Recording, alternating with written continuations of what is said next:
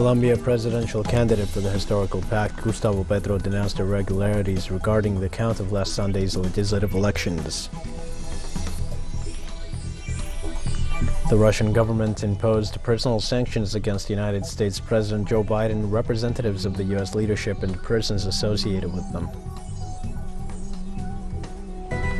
Iranian state television reported that the Islamic Revolutionary Guard Corps arrested members of a network working for Israel that planned to sabotage Iran's major underground nuclear facility at Fordo.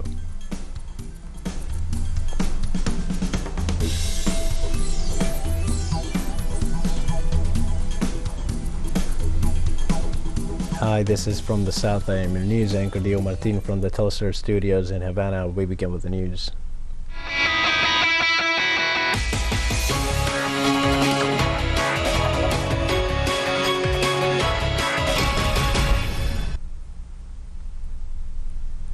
In Colombia, presidential candidate for the historical pact, Gustavo Petro, denounced irregularities in the count of last Sunday's legislative elections.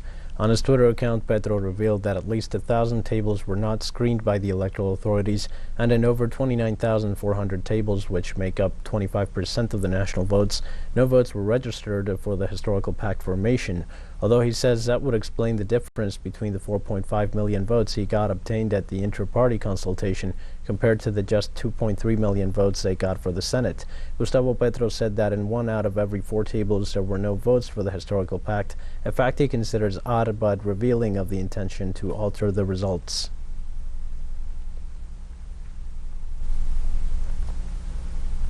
Barely a day after the inter-party consultations in Colombia, 2 of the winning candidates, Gustavo Petro and Federico Gutiérrez, met again, together with the candidate Ingrid Betancourt, in a debate organized by the Colombian media. The heated debate addressed issues related to the peace accords, political alliances, corruption, the relationship with the United States, health, agriculture, and other areas. The candidates who participated in last Sunday's elections also took the opportunity to measure the muscle of their popularity. One of the most tense moments of the night was between candidate Ingrid Betancourt and candidate Gustavo Petro, when the former made a series of accusations about Senator Piedad Córdoba and other allies of the representative of the historical pact, who recriminated him for using slander as an instrument in the debate. Behind these ideologies, which may seem attractive at some point, hide the same self-interest, the same ways of dividing up power, in order to finally benefit friends and plunder the state, robbing Colombians of their opportunities and possibilities. Federico Gutiérrez, the right-wing candidate who participated in the elections with the coalition known as the Team for Colombia and who in the last hours received the support of Oscar Iván Zuluaga and the Democratic Center, attacked Gustavo Petro, who is a candidate by the Historical Pact Coalition, during his interventions in the debate. My boss is the people, and my work is for the people. I do not have a party. I can't afford that luxury. But let's talk about the big issues, because what many people, including you, have been making us believe in the country is that they have been changing the story, and now supposedly then those who attacked the people in the past, those who kidnapped, those who extorted, those who assassinated, are now supposedly the owners of peace, and we, the majority of Colombians who have never in our lives held a weapon to attack anyone, are supposedly the masters of the war. No, I don't believe that story, because in my life I have never used a weapon to attack someone. Totally different from what you did. Still in Colombia, on Tuesday, the Regional Indigenous Council of the Cauca Department announced the murder of an indigenous leader. The murdered indigenous leader was Miller Correa, advisor to the ancestral authority of the councils of the north of the Cauca Department. Correa was councilman and secretary of government in the municipality of Toribio. He was focused on issues of public health and in organizational aspects of indigenous communities. Therefore, authorities in the area indicate that this could be a political assassination somehow related to the recently held legislative elections.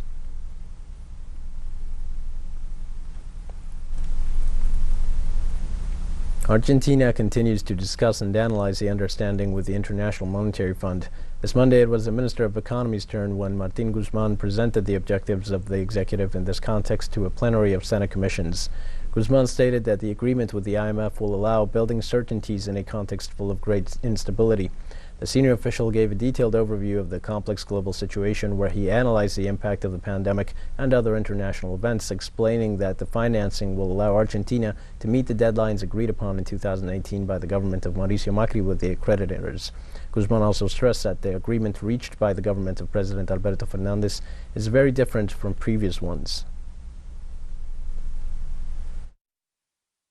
It is the responsibility of our national government to build certainties in a context of uncertainties. This complex international crisis places us at the center of attention in many countries and regions where concern is growing over the supply of basic commodities. I think it is clear that this crisis situation also adds weight to the arguments when discussing this project. And in Peru, the President of the Republic, Pedro Castillo, spoke out about the motion of vacancy approved against him by the National Congress and described it as another stratagem, in addition to pointing out that the Peruvian legislature does not listen to its people. This happened during his intervention in an event in San Martin, where he also assured that he would attend Parliament today, Tuesday, in order to give a message to the national body. The request against the Peruvian president was promoted by parliamentarian Jorge Montoya of the Popular Renovation Party, and it obtained 76 votes in favor, 41 against, and only 1 abstention. Castillo, who assumed the presidency of Peru on July 28, 2021, has already presented a habeas corpus lawsuit against the Subcommittee of Constitutional Accusations of the Congress. But it also saddens me that at the same time, there is still a lot of bickering and people are not being listened to because they have just approved the vacancy motion with 54 votes, but we have to tell the country that we have not come here to steal a penny from them. And we will say that tomorrow in Parliament. Dear fellow countrymen and women, nothing will distract us because he who owes nothing fears nothing. We're going to take a short break now. Please join us again after this.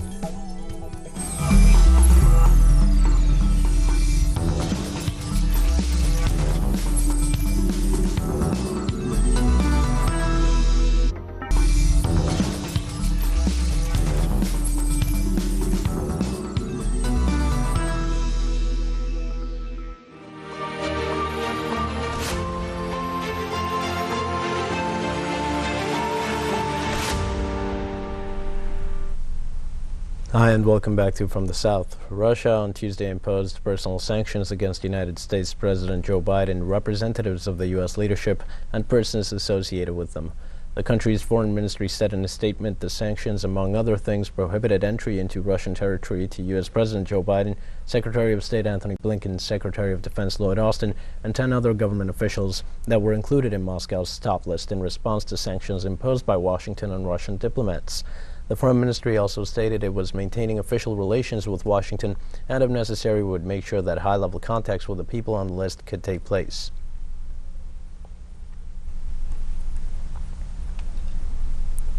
Now, diplomatic delegations of Russia and Ukraine resumed talks via video conference after the technical pause declared on Monday.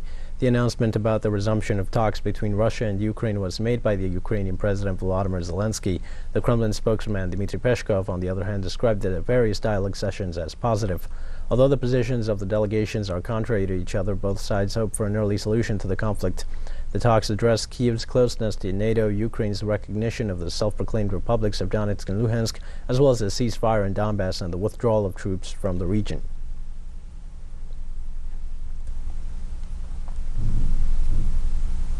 Now, earlier, Russian Defense Ministry spokesman Igor Konashenkov reported that Russian troops were in full control of the southern Ukrainian city of Kherson.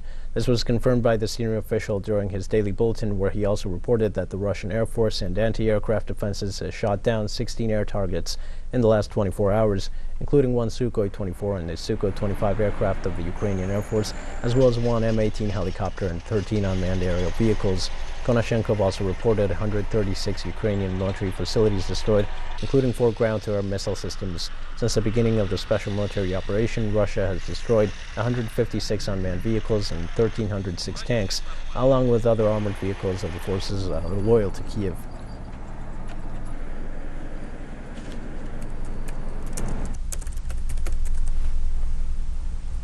Let's remain focused on Eastern Europe, as in earlier today, Russian strategic reports confirmed that Russian military forces were in control of the situation at the Chernobyl and Zaporizhzhia nuclear power plants. Alexei Polishuk, head of the Second Foreign Ministry's Department for the Commonwealth of Independent States, said that the Russian military, in coordination with Ukrainian guards and plant personnel, are keeping the situation under control, and stressed that both nuclear power plants are operating normally. Regarding this, the diplomat explained that the armed forces of his country now strive to prevent provocations against the facilities by Ukrainian nationalists, in addition to jointly combat the countless false news produced by laboratories in Kiev, which in recent hours have recreated an alleged power outage at the plants.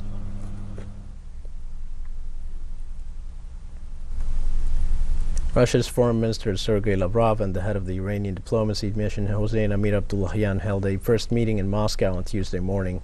The top diplomat said that the agenda will deal with issues related to bilateral cooperation and the Vienna talks for the revival of the nuclear deal. The Iranian foreign minister and his Russian counterpart had already advanced some issues on the Vienna talks last Thursday during a conference call, at which time Amir Abdollahian pointed out to Lavrov that there was no logical way to justify some of the demands made by the United States. The foreign minister's offices in Tehran and Moscow also confirmed that the crisis in Syria and the situation in Ukraine will be on the agenda of both diplomats. During the press brief after the meeting, the Russian foreign minister said Moscow received guarantees from the U.S. on its ability to trade with Tehran as part of ongoing talks to salvage the Iranian nuclear deal.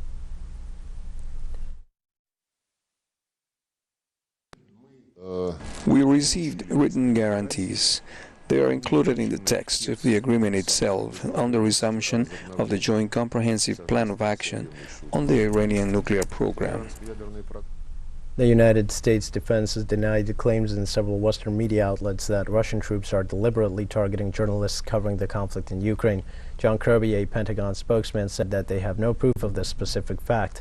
Several U.S. and generally Western media outlets claimed that the journalist Brent Renaud, shot dead in the city of Irpin, had been targeted by Russian troops, but there is no evidence to corroborate these allegations. Even the New York Times denied that the murdered journalist was currently working for them.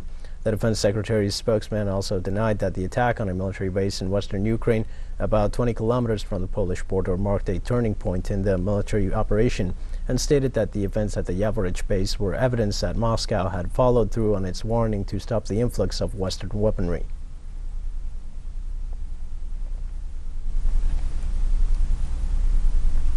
European Union member states agreed on a fourth package of sanctions against Russia following its military operation in Ukraine. The office of the French European Union presidency renounced revoking Russia's favored nation trade status would be part of the package, a move that could open the door to the bloc, banning or imposing punitive tariffs on Russian goods and putting Moscow on the same level with North Korea or Iran. Diplomats said sanctions were set to include an import ban on the country's steel and iron, an export ban on luxury goods, including cars worth more than $55,000, and a ban on investments in oil companies and the energy sector.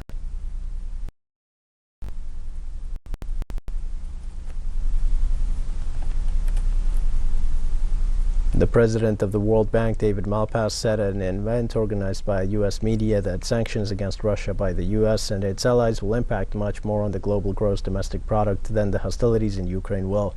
The World Bank executive also affirmed that Russia's economy is strong and the fact that its per capita income has fallen below China's is not a decisive factor. Malpass also predicted that Ukraine's GDP is likely to fall over 30% as a result of the conflict.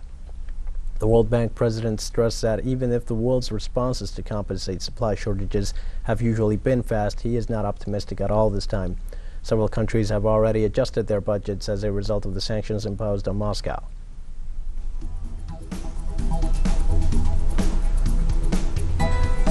We have more news coming up after a final short break. Please stay with us.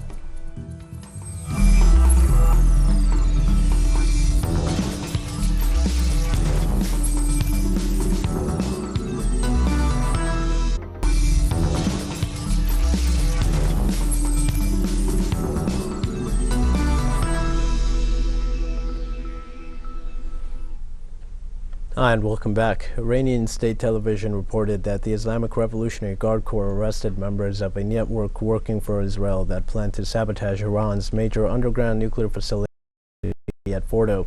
The TV report stated that Tel Aviv has for years been trying to hit the top nuclear facility, but without success. The statement did not mention how many suspects were arrested, or what their nationalities were, or when and where the arrests supposedly happened. Iran stopped the International Atomic Energy Agency from accessing its surveillance camera footage and resumed enrichment of uranium at Fordo after Tehran's nuclear deal with world powers fell through and talks of returning to the deal paused. The government of the Islamic Republic, however, said it will keep the surveillance footage available and hand it over to the International Atomic Energy Agency if and when a new deal grants sanctions relief to the Western Asian country.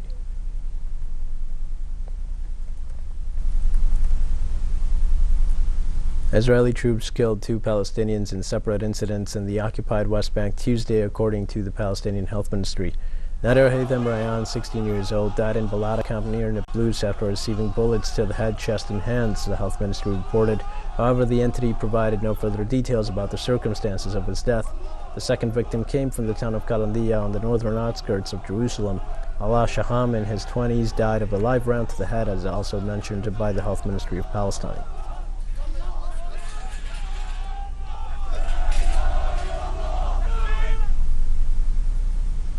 Now, Syrian sources denounce that the U.S. Treasury Department plans to exclude regions controlled by separatist and extremist groups backed by Washington and its allies from sanctions imposed on Syria, a measure aimed at promoting the divisive plans of the White House against the Arab country. Our correspondent Isham Wanous widens the scope on the issue with this report. The draft for the measure, which is expected to be approved shortly, makes reference to the areas of North and Northeast Syria, controlled by the Kurdish separatist militias of the so-called Syrian Democratic Forces, which have financial and weaponry support from the Pentagon, and from the so-called Syrian National Army, made up of extremist gangs that occupy the northern areas bordering Turkey. This measure constitutes additional support for the separatist extremists of the so-called Syrian Democratic Forces, as well as for the terrorist gangs that operate in the area, while more other sanctions are being imposed on the Syrian people in other areas of the country. They are excluding separatist groups to further such forces while delaying a resolution to this conflict.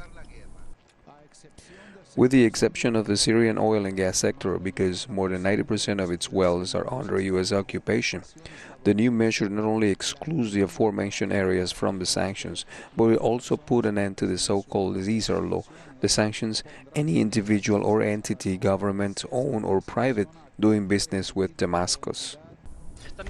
This new measure does not include the oil and gas sector, since they are subjected to looting and smuggling by the invading U.S. troops with the help of the separatist militia, so the objective is to increase the smuggling of our energy resources and further U.S. divisive plans and interests which undermine the national interests of our country.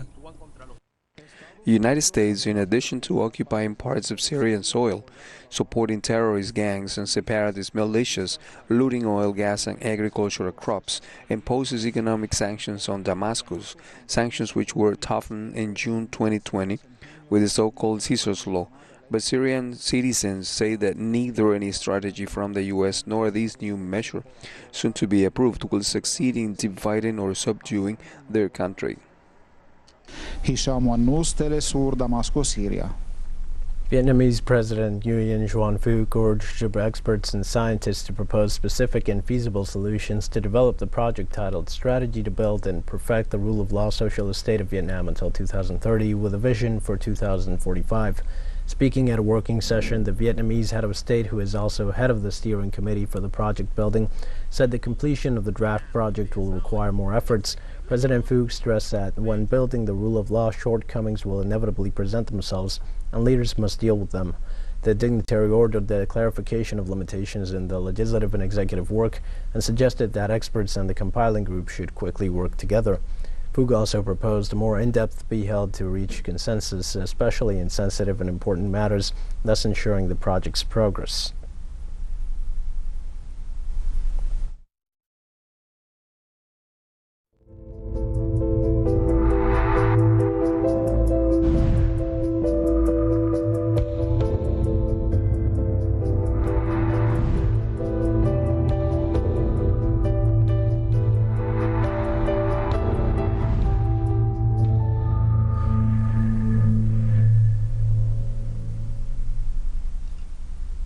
The government of China tightened COVID-19 prevention and control measures in response to the latest wave of the pandemic to minimize the impact on the citizenships, living and production activities. The Asian nation reported on Monday more than 3,000 locally transmitted COVID-19 cases and 95 imported ones, according to the National Health Commission. In response to the latest rebound of virus outbreaks, elementary and junior high schools in Shanghai switched to online classes. Authorities encouraged staff members to work from homes and asked residents not to leave the city unless it be necessary. Local governments demanded people traveling in and out of the city to test negative for COVID-19 within 48 hours of their travels.